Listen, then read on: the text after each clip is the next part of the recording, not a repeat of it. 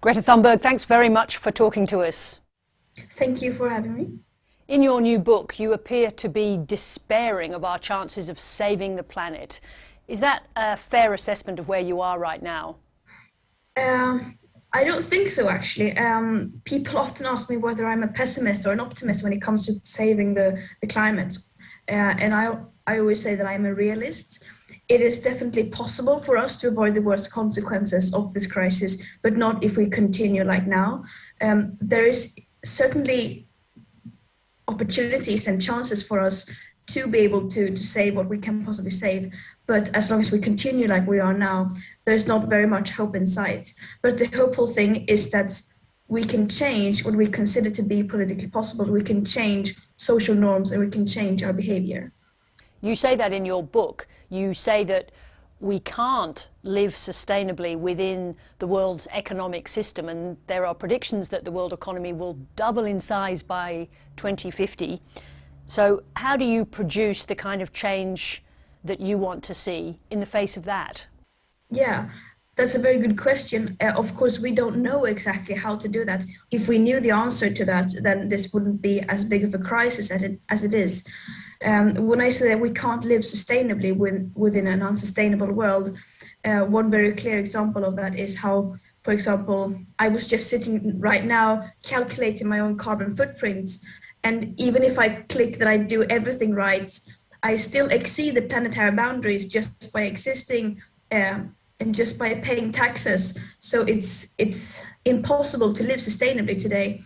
And that is also one of the main reasons why I chose to sail across the Atlantic Ocean twice, to show that it's completely impossible to even try to live sustainably, because it's just, our societies are not built like that. And for us to change that, it will take a lot. Of course, we need to move away from looking at individual behavior to looking at having a more systemic approach.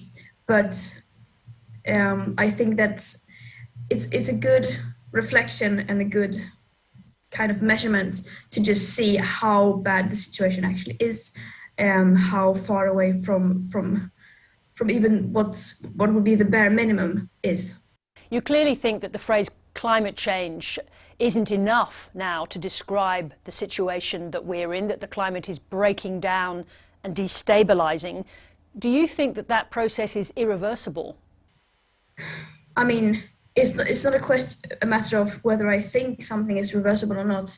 Science clearly shows that already at 1.5 degrees of global average temperature rise, we will be seeing irreversible tipping points beyond human control that we will not be able to reverse.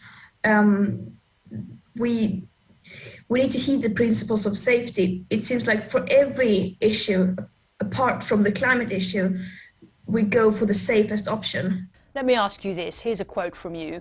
You say, net zero by 2050 is too little, too late. Tell me why you say that. That quote comes from, net zero, of course, it can be any date. What's usually being talked about is net zero 2050 or net zero 2045, as we have here in Sweden. And these are cherry-picked dates based on carbon budgets, which do not give us a big chance of staying below and meeting our internationally agreed climate targets. It also excludes many crucial factors like tipping points and feedback loops, as we were talking about before, and also is often usually completely dependent on negative emissions technologies that do not exist at scale. And also they include many loopholes, for example, as that burning biomass is considered to be carbon neutral and so on, which in fact, in the short run, means even more carbon emission per unit than the many fossil fuels and so on. But above all, net zero 2050 is, when scientists talk about that, it's a global target. And if countries like Australia, like Sweden, say that we're going to reach net zero emissions by 2050, that means that we completely give up considering any kind of global equity. We completely close the door to any kind of future global climate movement, and thus we give up on our climate targets. Because the climate crisis is a cumulative crisis. If we completely ignore the historical emissions that now have been spent predominantly by the nations of the global north, then we will not be able to solve this crisis. For us to have a 66% chance of staying below 1.5 degrees C, 90% almost of that carbon budget has already been spent.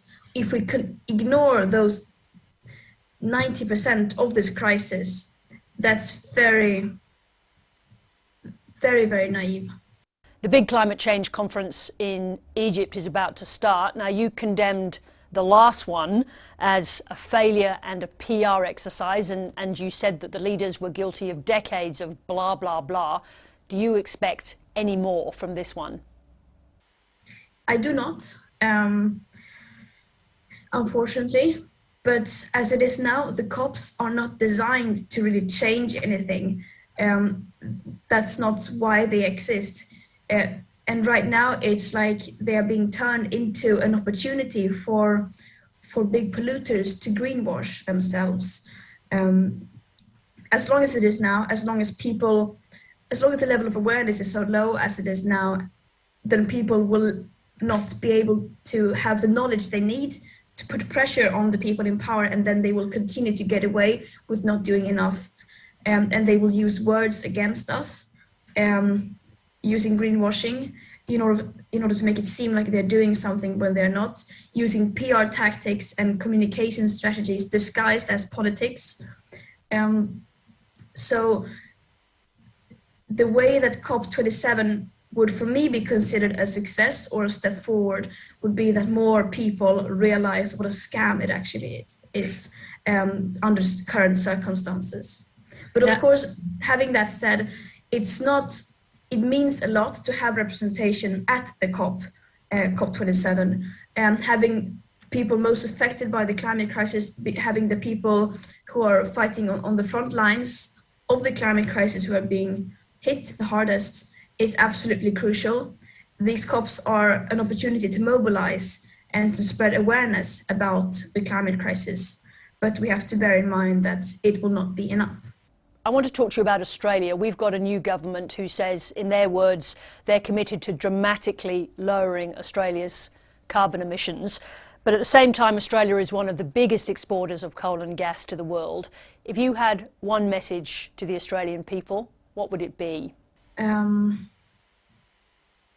If I had one, I guess it would just be as simple as wake up and treat the climate emergency like an emergency. It seems like many people in Australia think that now we have a new government, now everything will be fine. Of course, that is very, very far from true. Of course, there are some parties and some governments that are a bit less worse than some others, of course. But as long as we treat the climate crisis as a side topic or as a political issue among other political issues and so on, and do not see it as the emergency it is, and as long as we do not connect that crisis to many other interconnected crises, and the more time we would lose. If we just keep pretending that we can solve this crisis by having a new government, for example, then that's not really realizing the full extent of this emergency. So we have to keep pushing in every possible way. The view of successive governments here has been that it's up to the countries we export to be responsible for the emissions that the coal and gas produces. Do you accept that argument? Emissions accounting is very, very complicated. And there will always be someone who blames someone else. And of course, it's difficult to hold anyone to account. I do think that what we need to do is to take collective responsibility, that everyone takes the responsibility for their bit, for everything that they can do. Of course, everyone cannot do everything, but if you have an opportunity to do something, to stop doing certain things, I think that is a moral obligation to do so, even though some people might use that opportunity to blame someone else. Um, Recent studies and investigations show that up to 23% of our global CO2 emissions could be excluded from the international statistics, the statistics that our future projections and carbon budgets and scenarios are built upon. And that is because everyone uses the same tactic, everyone has the same mindset of sweeping things under the carpet and blaming someone else.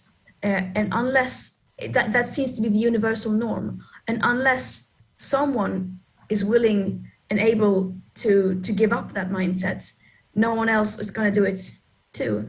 And if countries like Australia and my own country, Sweden, of course, too, unless we are able to give that up and actually start taking responsibility, then who are we to expect anyone else to do so too? Have you always seen the issue of climate change as a moral question? Yes, I think so. Because when it comes to these, for example, historical emissions, the aspect of equity in the Paris Agreement and in global climate ambitions and cooperation, it's very difficult because it's sometimes science is not enough when accounting for this, for example, historical debts that need to be compensated for and paid back. So when it comes to that, I do think it's a question of morality, because on many issues, it's not politics anymore. It's just common sense and basic morality. I wonder if you've come to the conclusion that sometimes green ideology actually gets in the way of sensible climate action. It's fun that people seem to categorize me and other climate activists in different categories. I have never supported any party and so on. So people sometimes assume that I am supporting green parties and so on, which is of course not true. All the current ideologies and party politics have failed to create the necessary changes. So yeah, I do not believe that as it is now, any political party is doing even remotely enough to what is needed. And I think that the changes needed are not going to come from the inside, from politicians trying to change things from the inside when everyone else has failed to do so earlier. I believe that right now, the changes that we need are so big that we need massive pressure from the outside. And that is done by organizing on grassroots level. So that's what we're doing. That's why we're not engaging in party politics. Is it your argument that burning coal carries bigger risks than nuclear power? It really much depends on where and the local circumstances and so on. But if it's already running, it's a completely different matter. And yeah, we have a very limited carbon budget left that we cannot continue to ignore. You make the point that the richest countries in the world are responsible for more than half of the world's CO2 emissions. So how do you stop developing nations making exactly the same mistakes as they grow? Yeah, that is a very, very difficult thing to do, especially when we in this part of the world are not even close to be ready to take action on any level, it seems like. That just increases the argument even more that we need to take on the leading role and act even more forcefully than we would need to do otherwise. Yeah, so it's impossible, almost impossible for us to do so, because who are we to say that? One of the sections in your book that I found particularly fascinating, it's the one that you say we should keep coming back to. On page 301, you actually name the page. It's you describing what you were doing when you first emerged in Sweden, and you say that it was more about education than protest. What's the difference between those two things, especially when you first emerged? In the beginning, I didn't see a difference between them, because I thought that I'm going on a protest in order to educate people. And that's also why what I hope to do with this book, to sort of raise awareness and educate people, while at the same time giving, like, producing a call to action, because I believe that when we fully understand what we are facing, and when we fully are aware of the implications of the climate emergency, then we will know what to do, and we will take action. This question's a little bit about you, because you say you take some hope from the great shifts in behaviour we saw during COVID, and you put a lot of that down to simple, unadorned scientific facts being communicated to the public. And I wonder if that's part of the reason why you've been so successful, the straightforward recitation of facts. I don't know, maybe. I'm not a communication expert. I just decided to do what I thought was right. And for me, it's always been it's been so obvious to me that I say it, I tell it as it is. I don't try to package any message in order to fit anyone else's view, in order to please anyone. I don't care if this is something that you can like on Facebook or not. So I do think that many people appreciate that. And I don't think that, even though many of the communication experts say that we need to be optimistic in our reporting and we need to communicate in an optimistic way, in a positive way, that doesn't really go in line with the fact that we are facing an existential crisis. And I just think that it's that this cognitive dissonance, that we say one thing and then act in a completely different way. I think that people don't really know how to react to that. At least that's how I reacted in the beginning, because I thought that if they're saying this is an emergency and yet they are not acting as it, and yet they are still saying that everything will be fine, I thought that, then how can the climate crisis be real, and so on. Am I right in what I say about COVID, that you see dramatic change in behaviour because of science? Yeah, I mean, it's of course difficult to compare, because the changes we saw during the COVID pandemic are nothing like the ones that we need during a sustainable transition, of course. But as you say, we did see very, very big social norm changes and changes in the narrative and in people's approach, and that is something that I see as definitely could be a source of hope, because it shows that when we decide to do something, we can change. We can treat a crisis like a crisis. The media can treat an emergency like an emergency. Having that said, of course, the way that some people handle the COVID pandemic is very, very questionable. But nonetheless, there is something about a straightforward message that is able to impact humans. Is that right? Yeah, exactly. Greta Thunberg, thank you very much indeed for talking to us. Thank you.